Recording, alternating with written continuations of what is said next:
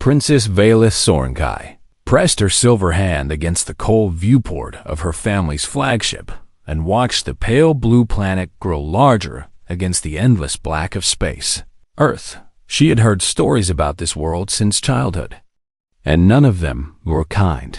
The humans who lived there were savage creatures, according to her tutors, and they fought with a ferocity that defied all logic, and they never knew when to surrender, and they would rather die than admit defeat. 300 years of war had proven those stories true. 17 billion souls had perished in the conflict between the Elethrian Dominion and the Terran Collective, and entire star systems had been reduced to radioactive graveyards, and colony worlds had been burned to ash, and still the humans kept fighting. Valith had lost 2 brothers to human weapons, and she still remembered the day her mother received the news, and the way her 4 eyes had gone dim with grief, and the way she had aged.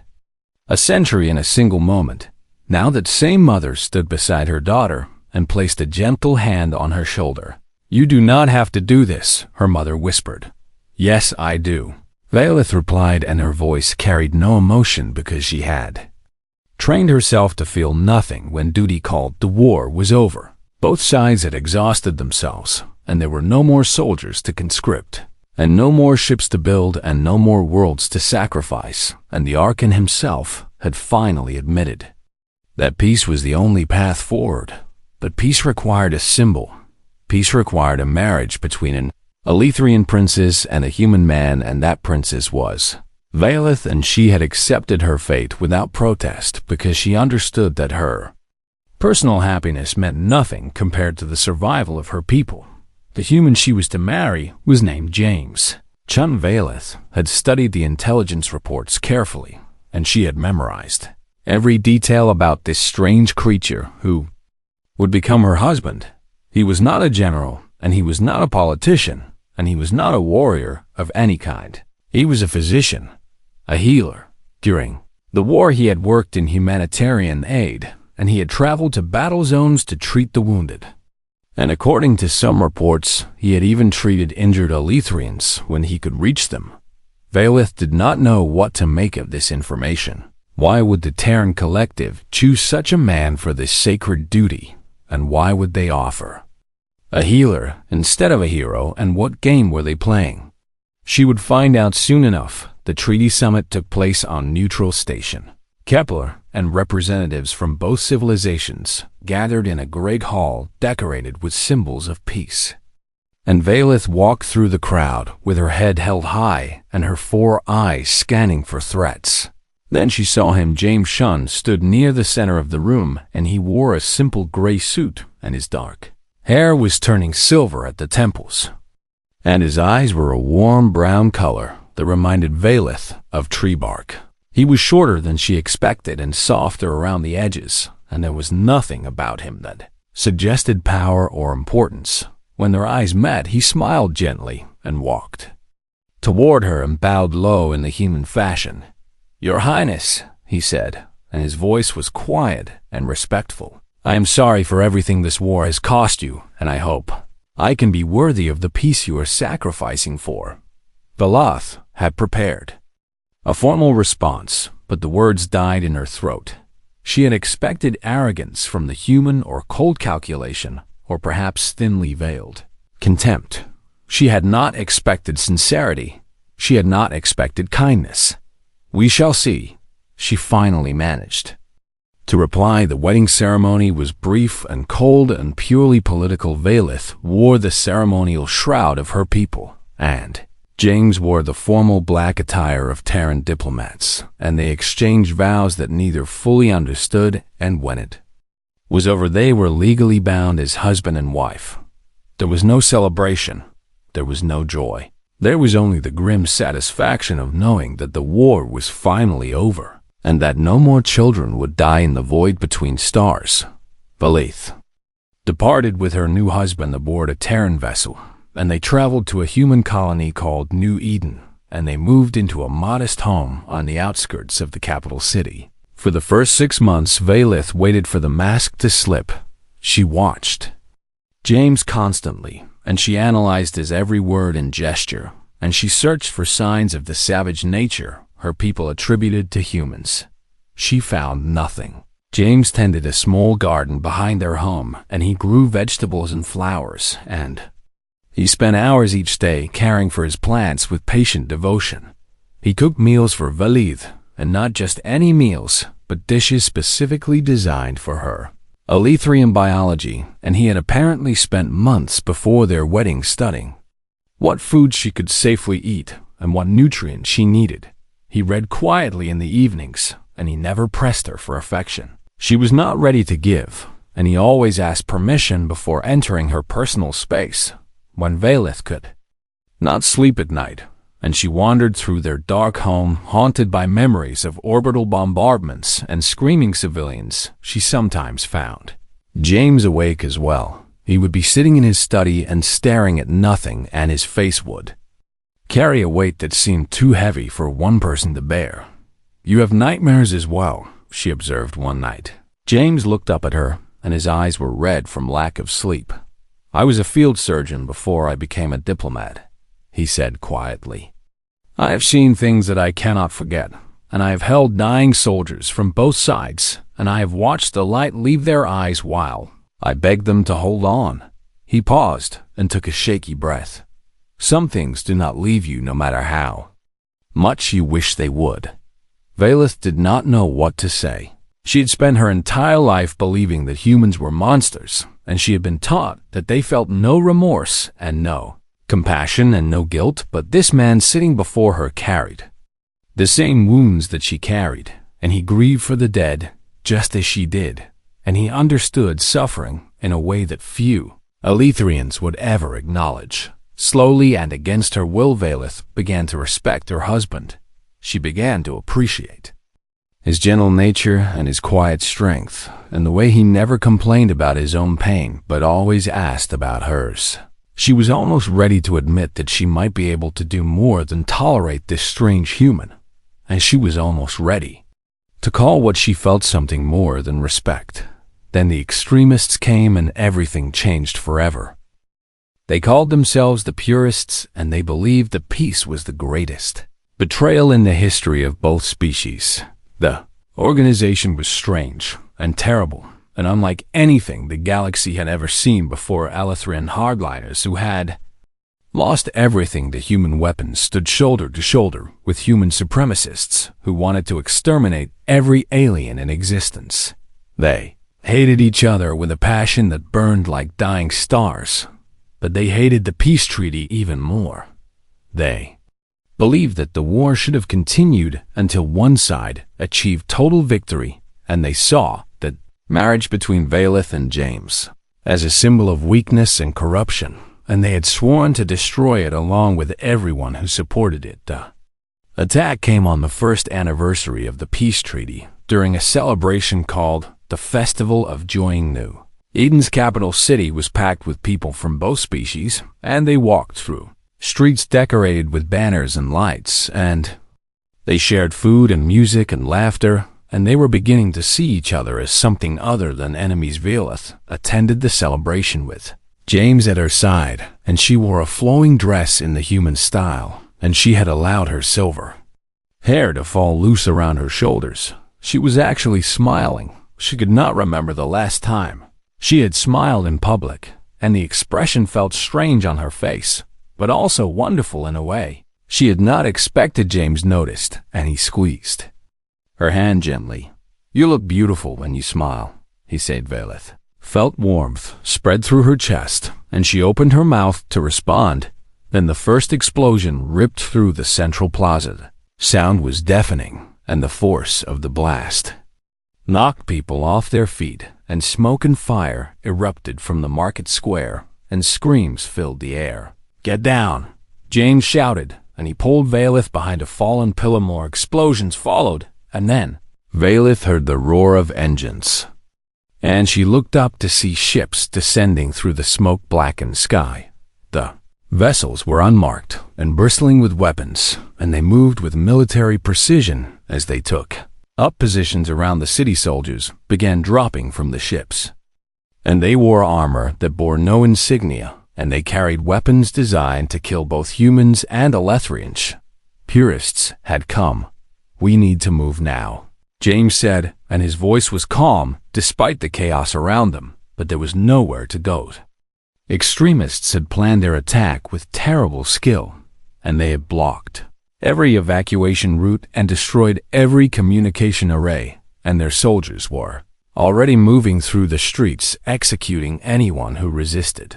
They killed without discrimination. Human and Elethrian victims fell side by side, and the purists did not care about species, and they only cared about punishing those who had embraced peace. Valith ran with James through burning streets, and they gathered survivors as they went, and soon they were leading a group of perhaps 30 people toward the outskirts of the city. The group included humans and Elethrians and children and elderly and wounded people who could barely walk, and there were no soldiers among them and no one capable of fighting back.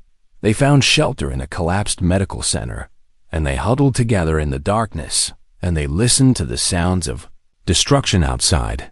We need to contact someone, an Elethrian woman whispered, and she was clutching her young daughter to her chest. We need help. All communications are jammed. James replied gently. We have to wait for rescue. What if rescue does not come? A human man asked, and his voice trembled with fear. James did not answer. An hour passed, and then another, and the sound of violence outside grew closer, and Valith knew that their hiding place would not protect them for much longer. Then she heard footsteps approaching. The entrance to their shelter exploded inward, and Purist soldiers poured through the gap, and they surrounded the survivors with weapons raised behind them. Came a tall Elethrian male in damaged military armor, and his insignia had been deliberately defaced to show his rejection of the Dominion's surrender. He looked at the huddled group with cold satisfaction. Well, he said, and his voice dripped with contempt. The treaty bride herself and her pet human, and look at all these traitors gather around them. Valith stepped forward and raised her chin defiantly. I am the one you want, she declared. Let the others go, and you can do whatever you wish with me. The commander laughed, and the sound was harsh and ugly. You misunderstand, princess, and that is your problem, and it has always been your problem. And you think you can negotiate with destiny. He gestured at the survivors behind her. We want all of you and every human and every Elethrian who forgot what they are, and you will make excellent examples for the galaxy. Please, James said, and something in his voice made Valith turn to look at him. He was staring at the children pressed against their parents, and at the wounded, who were too broken to stand, and at the elderly who had survived one war only to die in its aftermath. Please, do not do this, he continued, and his voice remained calm but carried a strange weight. These people are innocent, and they have done nothing wrong, and they only wanted peace.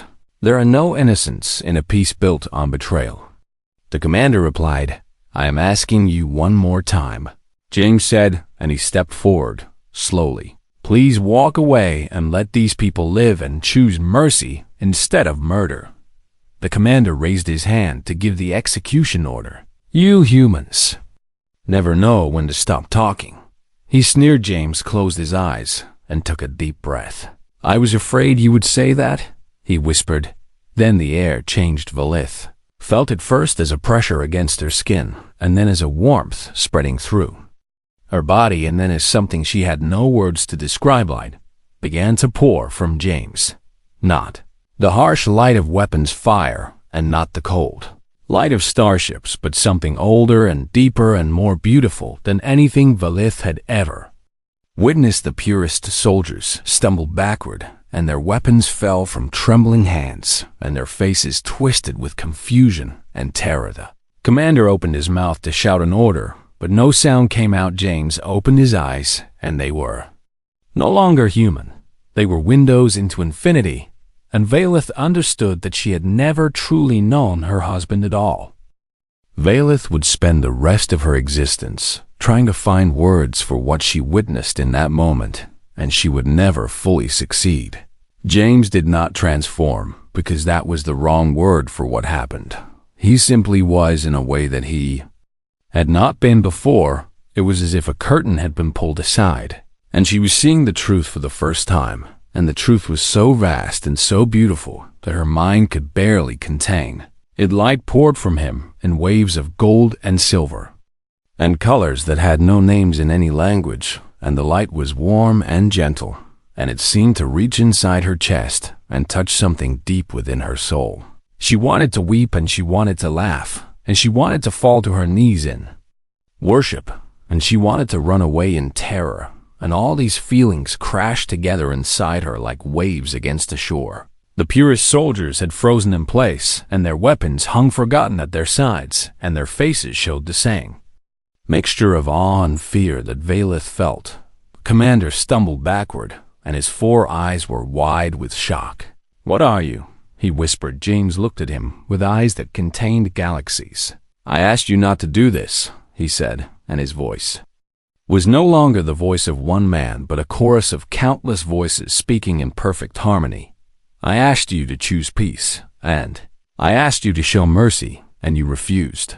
He raised one hand, and the commander's weapon dissolved, not exploded and not melted, but simply ceased to exist, as if it had never been real in the first place. "I am something older than your species," James continued. "I existed before your worlds were born, and I will exist long after your sons have turned to cold ash. And I have watched your civilizations rise and fall across millions of years." He turned slowly, and his gaze swept across everyone present, and both the purists and the survivors felt the weight of his attention like a physical force. "I chose to walk among you because I wanted to understand you, and I took human form because this young species called to me with their strange combination of violence and compassion, and I stayed because I found that I loved them." The commander found his voice again. "You are not human." He spat, and there was fear beneath his defiance. "You are a deceiver wearing a human mask." "No," James replied, and his voice carried infinite patience. "When I took this form, I did not pretend to be human, and I became human, and I felt human joy, and human sorrow, and human love, and human pain, and everything I have done since arriving on Earth has been real." He looked at Valeth, and his expression softened. "I married you not as a political symbol, but because I hoped that if I could love one of your people and truly love her with all my heart, then perhaps I could show both species that such love was possible." Tears streamed down Valeth's silver cheeks, and she did not bother to wipe them away. James turned back to the purists. "I have watched your war from its beginning, and I have walked through the aftermath of your battles, and I have held dying soldiers from both sides as they took their final breaths, and I have wept for every single one of them." His light grew brighter, and the walls of the medical center seemed to fade away, and suddenly everyone present was standing in a void filled with stars. "I cannot force you to be peaceful," James said. "That is not my purpose, and that is not my right, and free will is the most sacred gift I can give you." He raised both hands, and the stars around them began to move. "But I can show you what is possible." Visions flooded into the minds of everyone present, and they saw 2 possible futures stretching out before them like roads through an infinite landscape. The first vision was beautiful, beyond description. They saw human and Elethrian children playing together on green worlds beneath golden suns, and they saw scientists from both species working side by side to unlock the secrets of the universe. And they saw artists creating works of beauty that blended both cultures into something new and magnificent. They saw colonies spreading across the galaxy, and they saw peace lasting for 10,000 generations, and they saw love flourishing in places where only hatred had grown before. Then the second vision came, and it was terrible. They saw war without end, and they saw worlds burning, and they saw children screaming as fire consumed everything they had ever known, and they saw both species grinding each other into extinction until nothing remained but silence. They saw the last Elethrian dying alone on a dead world, and they saw the last human taking their final breath in the cold void of space, and they saw the galaxy growing dark and empty forever. The visions faded, and everyone found themselves back in the ruined medical center. The Purist commander was on his knees, and tears were flowing from all four of his eyes. "I did not know," he whispered. "I could not see. You see now." James replied, and his light was dimming, and he looked almost human again. "And now you must choose." He gestured at the survivors behind him. "These people want to live, and they want to build something better, and they want their children to grow up without fear, and you can give them that gift or you can take it away." The commander looked at his soldiers, and then at the survivors, and then at the being who stood before him wearing the shape of a man. Slowly he reached up and removed his defaced insignia, and he dropped it on the ground. "What have I done?" he breathed. "You have done terrible things," James said gently. "But you are still alive, and that means you can still change, and that means you can still choose a different path." One by one, the Purist soldiers lowered their weapons. One by one, they fell to their knees. It was not surrender in the military sense, and it was something far more profound. It was awakening. Valith watched as her husband walked among the kneeling soldiers and touched each one on the shoulder and whispered words of comfort that she could not hear. And she understood that she had been married to something beyond her comprehension, and the question now was whether she could find a way to love him still. News of what happened on New Eden spread across the galaxy faster than light itself could travel. Within hours, every major news network was broadcasting the story, and within days, every sentient being in known space had heard some version of the tale. A god had revealed himself. A divine entity had been walking among them disguised as an ordinary human man, and he had preached peace through kindness rather than commandment, and he had married an alien. Princes not for politics but for love. The reactions were immediate, and they were intense, and they were as varied as the countless species who heard the news. Some refused to believe.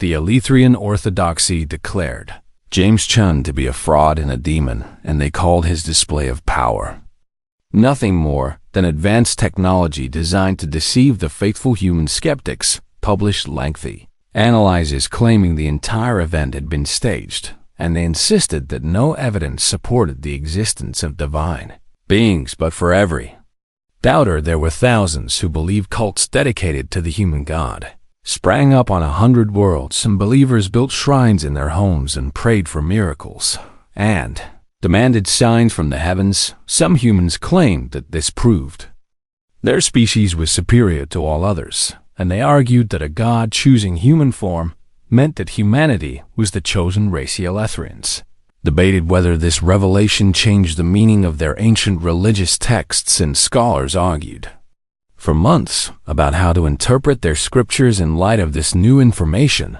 The Terran collective government entered a state of crisis, and politicians demanded answers, and generals asked how they were supposed to maintain authority when one of their citizens was apparently a cosmic entity. Meanwhile, Valith sat alone in the quarters she had shared with James for over a year, and she stared at the empty bed and tried to understand what her marriage had actually been. She had thought she was beginning to know her husband. She had thought she understood him, but everything she believed had been built on a lie, and she did not know how to feel about that. James came to her 3 days after the revelation, and he looked tired, which seemed impossible because gods should not look tired.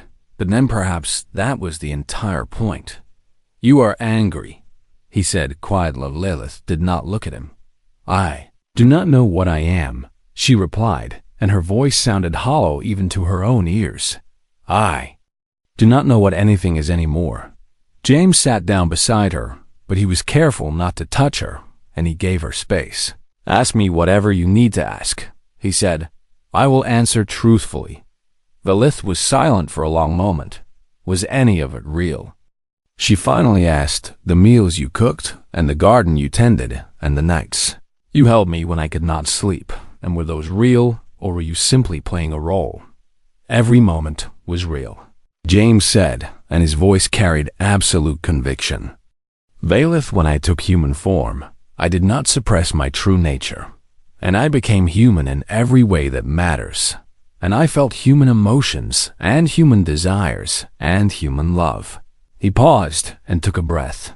What I feel for you is not a performance, and it is not a strategy, and it is the truest thing I have experienced in millions of years of existence.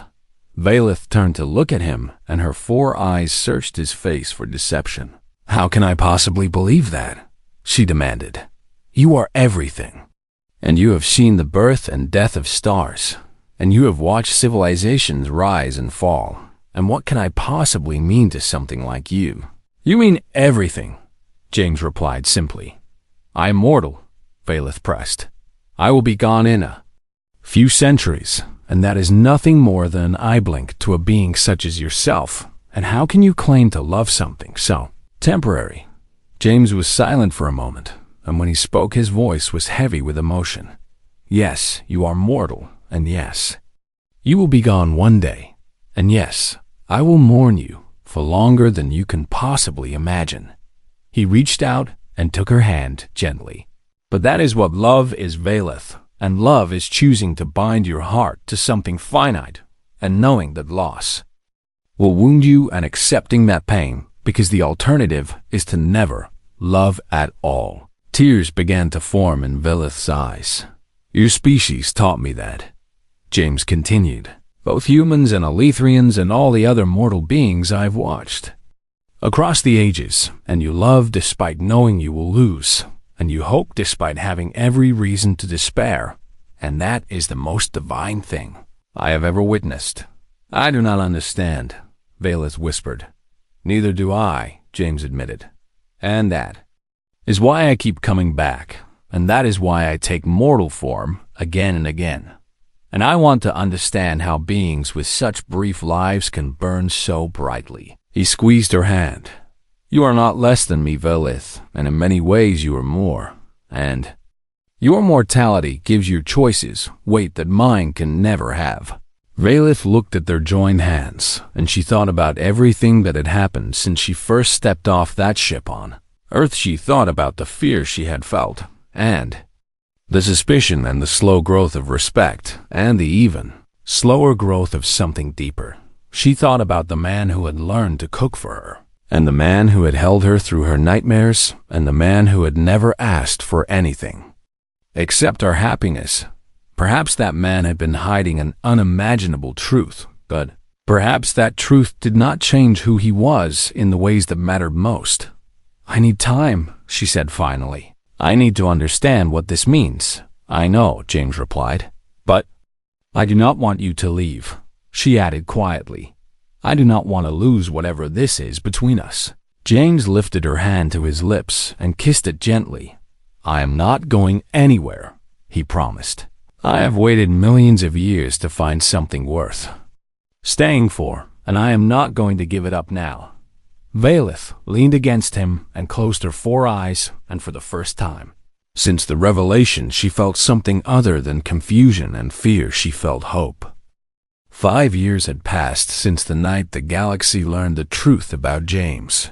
Chun and the universe had become almost unrecognizable. The war cults and doubters had largely faded away, because it was difficult to maintain that James was a fraud.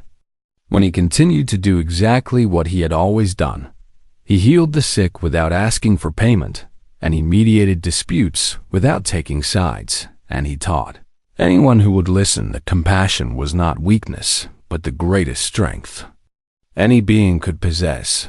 When pilgrims came to worship him, he gently redirected them to their own faiths and their own traditions. I am not your God, he would tell them. I am simply older than you, and I have seen more than you, and that does not make me worthy of worship. Pray to whatever gives you strength, he would say, and then go out into the world and try to be kind. The Alethrian Dominion and the Terran Collective had transformed into something neither species had imagined possible. They were not quite an empire, and not quite a federation, but something new and something better. Joint research stations pushed the boundaries of science as human creativity combined with Alethrian precision to unlock secrets that had baffled both species for centuries. Exchange programs sent young humans to live on Alethrian worlds and young Alethrians to live among humans and friendships formed that would have been unthinkable just one generation before. It was not paradise there. Were still conflicts and prejudices and setbacks, and old hatreds died slowly if they died at all. But the direction had changed. Instead of falling toward oblivion, both species were climbing towards something better, and that made all the difference. Velith stood on the balcony of her home on New Eden and watched the sunset paint the sky in colors that existed only on human worlds. Her hand rested on the swell of her belly, and she felt the child within her move. It should have been impossible. Humans and Alethrians were not genetically compatible, and their biology was too different, and no natural reproduction could occur between the two species. But James had gently explained that when he took human form, he had taken all of it, including the ability to create life. Their child would be something new, neither fully human nor fully Alethrian, but a bridge between two worlds made flesh. James joined her on the balcony and wrapped his arms around her from behind and rested his chin on her shoulder. The orthodoxy sent another condemnation today, Velith said, and her voice carried a hint of dark amusement. They are calling our child an abomination and a corruption of the natural order. They will come around eventually, James replied.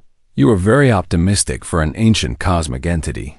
James laughed softly. I have seen more than you can imagine, he said, and I have learned that the long arc of existence bends toward connection. And it might take centuries, and it might take millennia, but eventually, beings learn that it is better to love than to hate, and easier to build than to destroy. And if they do not learn, Velith asked, what if they choose war again? And what if all this progress is swept away? Then I will still be here, James answered, still trying and still hoping and still believing that the next generation might be the one that finally understands. His arms tightened around her. That is what humans taught me, you know, and your species, as well, and all the mortal beings I have loved across the ages. What did we teach you? Velith asked. You taught me to never give up, James said. You fight against impossible odds, and you love against all reason, and you hope when there is no logical basis for hope, and you keep trying even when you have failed 1,000 times before. He pressed a kiss to the top of her head. That is the most divine thing I have ever witnessed, and that is why I chose to walk among you, and that is why I will keep choosing to do so for as long as there are beings willing to reach for something better. Velith turned in his arms to face him, and she looked into his eyes. She had learned to see both parts of him now. She could see the infinite cosmic being who had watched galaxies form and stars die. But she could also see James, the man who still burned dinner sometimes, and who laughed at terrible jokes, and who cried when he thought no one was watching, and who loved her with a devotion that humbled her. I do not think you came here to teach us, she said softly. I think you came to learn from us. James smiled, and his smile was radiant in every sense of the word. Perhaps I did, he admitted. Perhaps that is what beings like me are for, and perhaps we exist to grow alongside the beings we love, and perhaps the universe creates consciousness so that existence itself can understand what it means to be alive. In the distance, a ship rose into the evening sky, and it carried humans and Alethrians to a new colony they would build together. It was the first of many such ships, and the first of many such colonies, and the beginning of something that might spread across the entire universe if given enough time. Velith thought about her brothers who had died in the war, and she thought about James and the weight of grief he carried for every soul lost to the conflict. She thought about all the suffering that had brought them to this moment, and all the choices that had led them here, and she thought about the child growing inside her, a being of 2 worlds and perhaps 3, a symbol of everything that was possible when hatred gave way to love. So what happens now? She asked. James took her hand and interlaced his fingers with hers. Now we find out what comes next, he said. Together, above them, the stars were beginning to appear in the darkening sky. Below them, on a planet that had nearly been destroyed by hatred, a new world was being born. And somewhere, in the vastness of the cosmos, other beings looked toward the small blue planet called Earth and wondered how such a young and fragile species had produced something so extraordinary. The answer was simple. They were human, and humans had always been more than they appeared. They were creatures of contradiction and beings of impossible hope, and they contained within themselves the capacity for both terrible destruction and boundless love. That was their gift to the universe. That was why a god had chosen to walk among them, and that was why the future stretched out before them, full of possibilities that no one could yet imagine. The story was not ending. It was only beginning, and it would be written by mortal hands reaching toward immortal dreams. Together, always together.